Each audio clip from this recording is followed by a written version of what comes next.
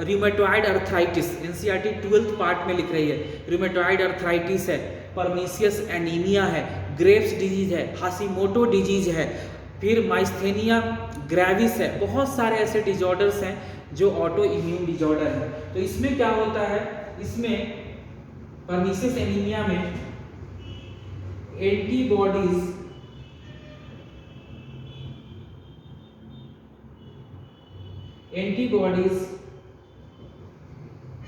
Start destroying, मारना, खत्म करना, एंटीबॉडीज स्टार्ट डिस्ट्रॉइंग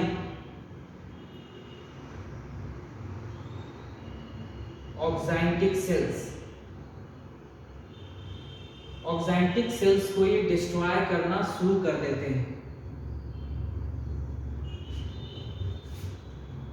तो इसके कारण अब सेल ही नहीं रहा तो क्या होगा, कैसल इंट्रिंसिक फैक्टर ही रिलीज नहीं होगा, वो सिक्रीट नहीं होगा। जब वो सिक्रीट नहीं होगा तो विटामिन B12 का एब्जॉर्प्शन कहाँ से होगा, जब एब्जॉर्प्शन नहीं होगा तो हो जाएगा परनीसियस एनीमिया, हीमोग्लोबिन कम। क्लियर, समझ में आया बच्चों? तो इसको आप नोट करो। नेक्स्ट बढ़ते हैं, नेक्स्ट सेल पे बढ़ेंगे अब। क्लियर, तो आई होप आपको क्वेश्चन भी समझ में आया और ये सारा कुछ समझ में आया। अब हम लोग आगे बढ़ते हैं तीसरे सेल पे। तो इसको मैं रब करता हूं, तीसरा सेल कौन सा है,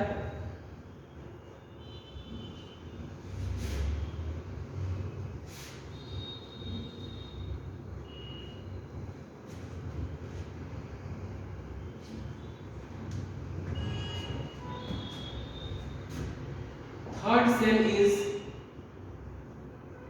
म्यूकस नेक्स्ट सेल और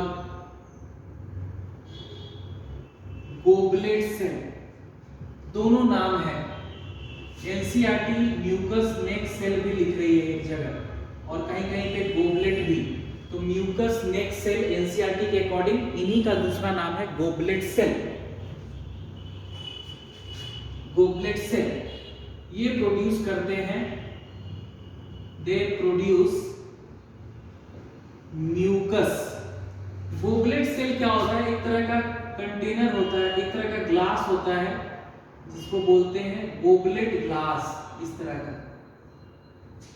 तरह का जो ग्लास है ये होता है गोबलेट, इसको बोलते हैं गोबलेट ग्लास। इस तरह के ग्लास को क्या बोलते हैं बच्चों, गोबलेट ग्लास। उसी तरह से इन सेल का शेप होता है, इस तरह से ये जो सेल है गोबलेट सेल, इनका इस तरह से शेप होगा, इसी के जैसा देखो, थोड़ा सा ऐसे मुड़ा हुआ। जैसे इस ग्लास में आप पी सकते हो क्या क्या, जूस, और थोड़ा सा आप एडल्ट हो गए तो बियर, विस्की, जिसको जो पीना है पी सकता है, विस्की, बियर, रम, जूस यहाँ पे होता है। बस डिफरेंस ये है कि यहाँ पे विस्की, बियर और जूस के बदले यहाँ पे म्यूकस प्रेजेंट होता है। क्लियर, इसका नाम गोबलेट सेल क्यों पड़ा, it resemble A goblet glass. Goblet glass इस तरह का होता है जिसमें एक बेस हो, जिसका एक स्टेम हो और इस तरह की ग्लास हो, इसको बोलते हैं गोबलेट। जैसे गोबलेट में आप थोड़ा सा इसको भी यहाँ रब कर दो तो ये भी इस तरह का शेप आ गया, वैसे ही यहाँ भी एक शेप है। बस इस गोबलेट ग्लास में जूस, बियर, विस्की, रम रहता है, गोबलेट सेल के अंदर म्यूकस रहता है। तो this is the goblet cell. ये गोबलेट सेल का डायग्राम मैंने बनाया बच्चों, ये गोबलेट सेल। क्लियर, तो दे प्रोड्यूस म्यूकस। म्यूकस का फंक्शन आप जानते हो। क्लियर, तो ये समझ में आ गया। फिर बढ़ते हैं लास्ट के सेल्स पे, यहां पे मैं लिख देता हूं, चलो फोर्थ नंबर पे एक सेल है जिनको बोलते हैं जी सेल्स और इनको बोलते हैं गैस्ट्रिन सेल्स। ये क्या करते हैं, they produce gastrin hormone, they produce gastrin hormone. और आपको पता है गैस्ट्रिन हार्मोन क्या होते हैं, क्या उनका फंक्शन है। दे स्टिमुलेट गैस्ट्रिक ग्लैंड। अब कैसे देखो, ये सेल प्रोड्यूस हुआ, बेसिकली जो ये गैस्ट्रिन सेल्स है ये होते हैं प्रेजेंट कहाँ, ये प्रेजेंट होते हैं कार्डिक ग्लैंड में, और कार्डिक ग्लैंड में होते हैं, और कहाँ पे, पाइलोरिक ग्लैंड में, कार्डिक और पाइलोरिक। वहां से ये मेनली फंडिक के ऊपर एक्ट करके वहां से गैस्ट्रिक एंजाइम की सिक्रेशन बढ़ाते हैं जनरली। मतलब यहां से गैस्ट्रिन हार्मोन प्रोड्यूस हुआ और ये बाकी सेल्स के ऊपर, या इस तरह से आप समझ सकते हो कि यहां ये गैस्ट्रिन, पहले इसको मैं रब कर लूं,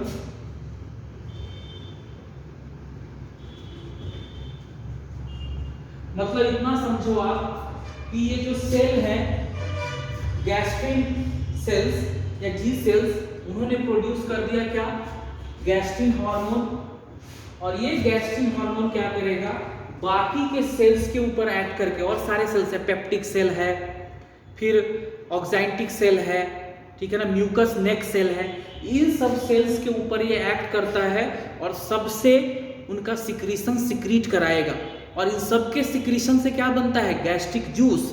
तो क्या होगा, गैस्ट्रिक जूस का सिक्रीशन बढ़ जाएगा, होने लगेगा। तो ये अदर सेल्स को स्टिमुलेट करते हैं, गैस्ट्रिक ग्लैंड के जो अदर सेल्स हैं उनको स्टिमुलेट करेंगे और वहां से गैस्ट्रिक जूस के सिक्रीशन को बढ़ाएंगे। तो that is fourth number.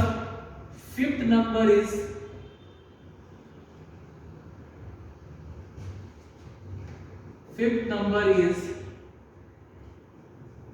argentephene cells। Fifth is argentephene cells। ये क्या करते हैं, they produce, argentephene cell produce first histamine, second serotonin, and third is somatostatin. Histamine, serotonin and somatostatin. Clear? Histamine is बच्चों vasodilator. Vasodilator means dilate the blood vessel. Vaso means होता है blood vessel, blood से related कुछ। Vaso means blood कह सकते हो आप। तो वैसोडाइलेटर या ब्लड वेसल्स भी लिख सकते हो। तो दे डायलेट ब्लड वेसल। तो वैसो और डायलेटर मतलब डायलेट्स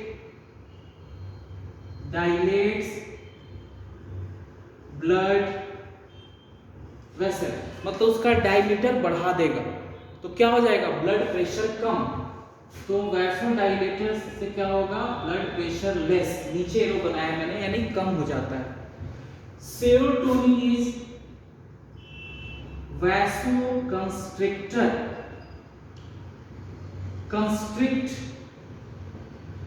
कंस्ट्रिक्ट द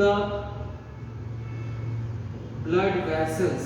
अब देखो फ्लो हो रही थी, फ्लो हो रहा था किसी पाइप में, सपोज करो आपने यहां से दबा दिया, कंस्ट्रिक्ट कर दिया, यानी उसका रास्ता ब्लॉक कर दिया, यानी यहाँ पे फ्लो बढ़ जाएगा। फ्लो जब बढ़ेगा तो ब्लड प्रेशर भी बढ़ जाता है। जब ब्लड फ्लो बढ़ेगा, जब ब्लड का वॉल्यूम बढ़ेगा तो ब्लड प्रेशर बढ़ जाएगा। Volume is inversely proportional to pressure. ये वाला रूल गैस के लिए लगाना है, लिक्विड के लिए नहीं। अगर ब्लड का वॉल्यूम बहुत ज़्यादा है, अगर ब्लड प्रेशर बहुत ज़्यादा है, तो यानी ब्लड का वॉल्यूम अगर ज़्यादा है तो ब्लड प्रेशर भी ज़्यादा होगा। क्लियर? तो इस तरह से कंस्ट्रिक्ट द ब्लड वेसल, और इसके कारण क्या होगा, बीपी विल इंक्रीज। बीपी इसके कारण बढ़ जाती है। डायलेशन के कारण बीपी कम, लो मीन्स कम, नीचे वाला एरो यानी this is for low and this is for high, यानी ब्लड प्रेशर हाई हो जाएगा। ठीक है ना? सोमैटोस्टैटिन क्या करता है, पहले समझो। सोमैटोस्टैटिन तीन स्ट्रक्चर सिक्रीट करते हैं। एक तो फर्स्ट आर्जेंटेफिन, दूसरा हाइपोथैलेमस,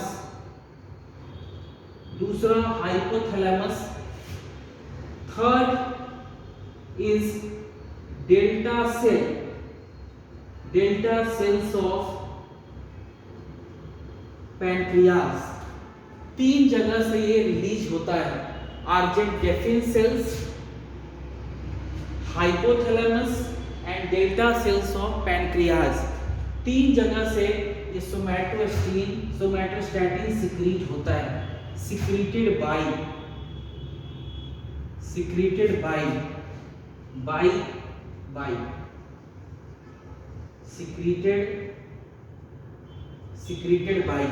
ठीक है। 3 जगह से ये सिक्रीट होता है। देखो पूरी बायोलॉजी को कोरिलेट करके पढ़ने की कोशिश करो, नहीं तो लास्ट मोमेंट में जब बहुत हो जाती है बायोलॉजी तो हम कंफ्यूज करना शुरू होता है। अभी चैप्टर वाइज होगा तो उतना टफ नहीं लगेगा, इसलिए मैं बार बार कहता हूँ एनसीईआरटी ही पढ़ो, उसके बाहर की जो इन्फॉर्मेशन उसको अवॉइड करो। थोड़े बहुत मैं इसलिए आपको बताता हूँ कि यहाँ के एग्जाम में या इधर उधर कहीं पे आप देखते हो तो आपको ये ना लगे कि हमने कभी सुना ही नहीं ऐसा। वो भी मैं ज़्यादा डीप में नहीं जाऊँगा, ठीक है ना, क्योंकि बिल्कुल एनसीईआरटी से आता है। मुझे तो सिर्फ जूलॉजी पढ़ाना है, मैंने अपना ज्ञान दे दिया बहुत सारा, लेकिन आप लोगों को बायोलॉजी में जूलॉजी पढ़ना है, बोटनी पढ़ना है, फिर फिजिक्स पढ़ना है, फिर केमिस्ट्री में भी 3 चीज़ें पढ़नी है, फिजिकल, ऑर्गेनिक, इनऑर्गेनिक। तो हमेशा बायो में एनसीईआरटी ही पढ़ो, बिल्कुल।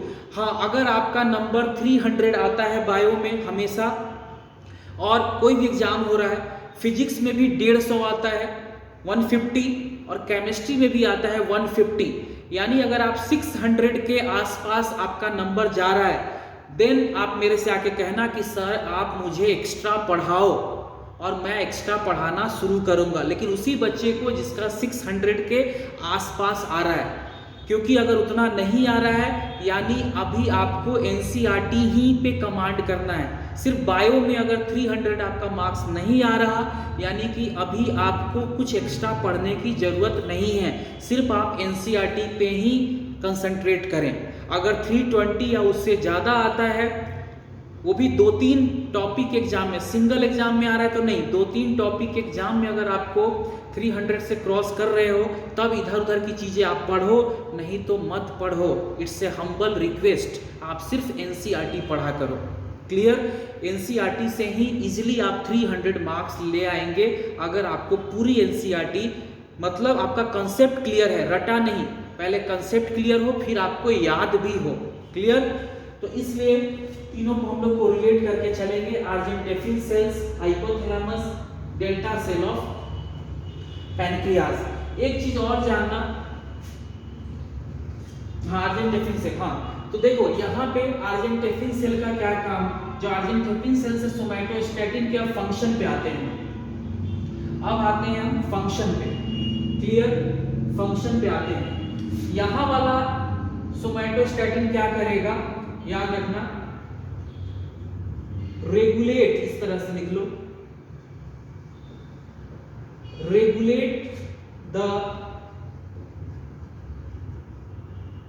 regulate the secretion of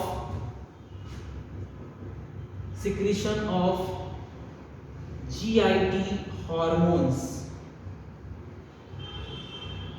GIT hormones का जो सिक्रीशन है उसको ये रेगुलेट करता है। मतलब ये समझो somatostatin are local inhibiting hormone, local inhibiting hormone है, मतलब ये जहां प्रोड्यूस होगा उसके आसपास के हार्मोन के सिक्रीशन को कम करेगा, लेकिन तब करेगा जब उस हार्मोन की जरूरत हमें नहीं है। समझ रहे हो? हमेशा ये नहीं कि हमेशा जीआईटी मतलब gastrointestinal hormones, gastrointestinal tract hormones, GIT hormones आगे हम लोग डिस्कस करेंगे। एक आपको बताया गैस्ट्रिन, और भी बहुत सारे हैं, इंट्रोगैस्ट्रॉन है, इंट्रोकाइनिन है, विलिकाइनिन है, डियोक्राइनिन है, फिर कोलिसिस्टोकाइनिन है, पैनक्रियोजाइनिन है, बहुत सारे हार्मोन्स हैं जो आगे हम लोग डिस्कस करने वाले हैं। तो उन हार्मोन्स के सिक्रीशन को रेगुलेट करना, रेगुलेट मतलब कि जब इनका एक्सेस हो रहा हो तो उसको डिक्रीज कराना। If excess of these hormones, if excess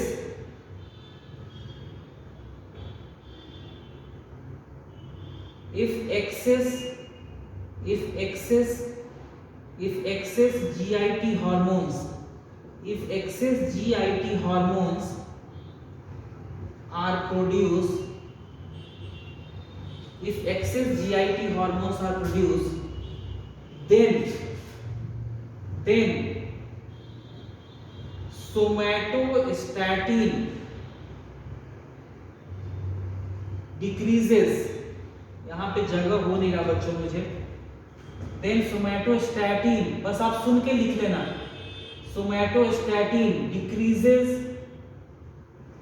their secretion, ये आप लिख लेना। समझ गए मैं क्या कहना चाह रहा था? ऐसे ये कम नहीं करते, लेकिन अगर ज्यादा GIT हार्मोन्स प्रोड्यूस हो रहे हैं, उनकी जरूरत नहीं है, देन दे डिक्रीजेस। हाइपोथैलेमस से जो सोमैटोस्टैटिन रिलीज होगा, decreases the secretion of growth hormone, decreases the secretion of growth hormone if it is produced in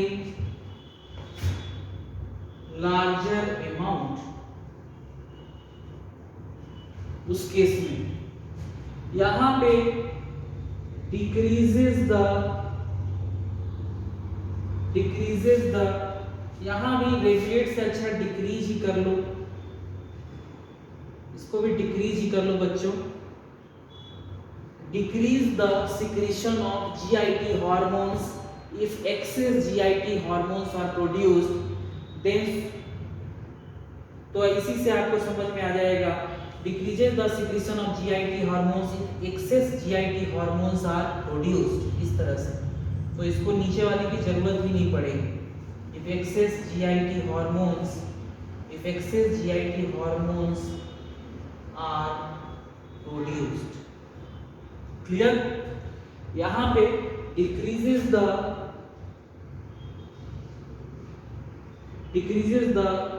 secretion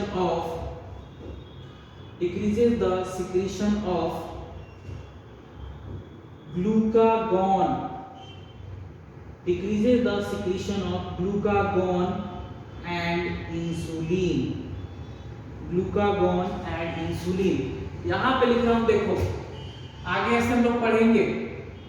pancreas में बहुत सारे सेल होते हैं, alpha cell, these are beta cell. Alpha cell secrete करता है glucagon और beta cell produce करता है insulin, these are hormones, okay. और ग्लूकागॉन, यानी सपोज करो इनका सिक्रीशन बहुत बढ़ गया, अगर इनका सिक्रीशन बहुत बढ़ गया तो सोमैटोस्टैटिन जो सिक्रीट होगा कहां से? डेल्टा सेल से, ये इनके लेवल को कम कर देगा। समझ में आ रहा है? यानी पैनक्रियाज में कई सेल होते हैं, alpha cell, beta cell, delta cell, एक PP सेल भी होता है, pancreatic polypeptide cell. Alpha cell, beta cell, एक डेल्टा सेल था ही बच्चों, वो हमने लिख ही दिया। एक और लिख लो, pancreatic polypeptide cell, pancreatic polypeptide cells, short form में इनको लिखते हैं PP सेल्स। ये क्या करते हैं?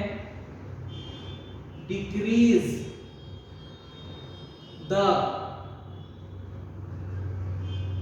secretion of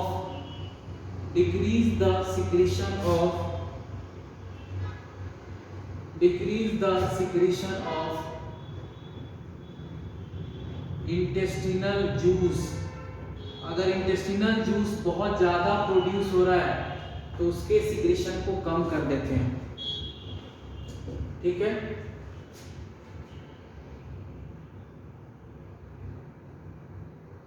sorry, pancreatic juice होगा, इसको पैनक्रियाटिक जूस।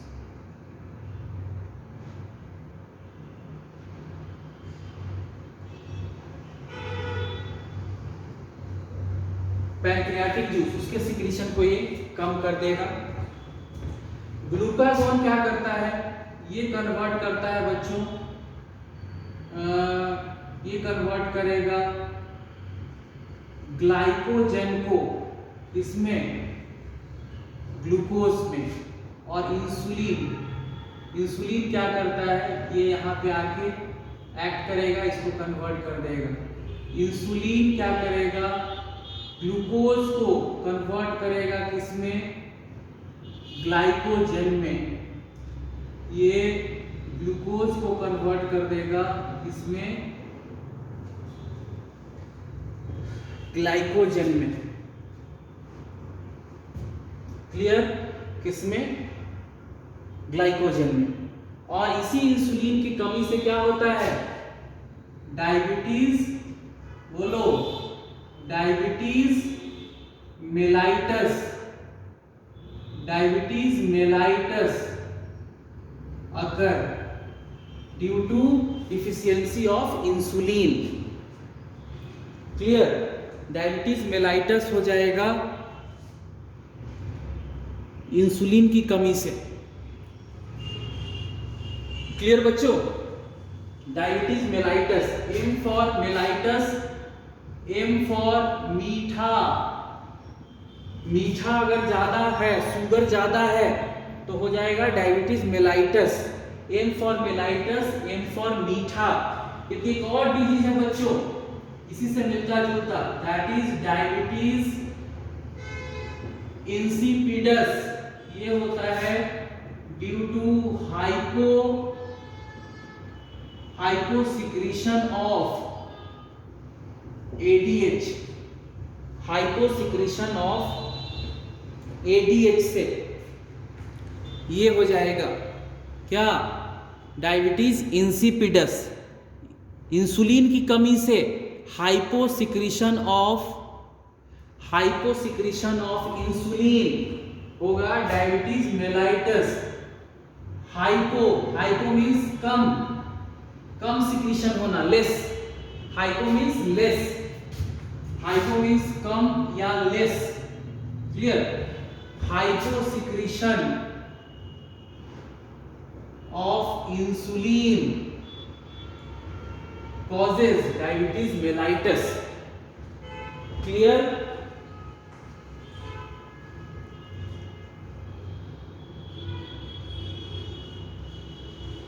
क्लियर, तो इसको देख लेना आप। नेक्स्ट डिस्कस करते हैं लीवर, नेक्स्ट करते हैं लीवर।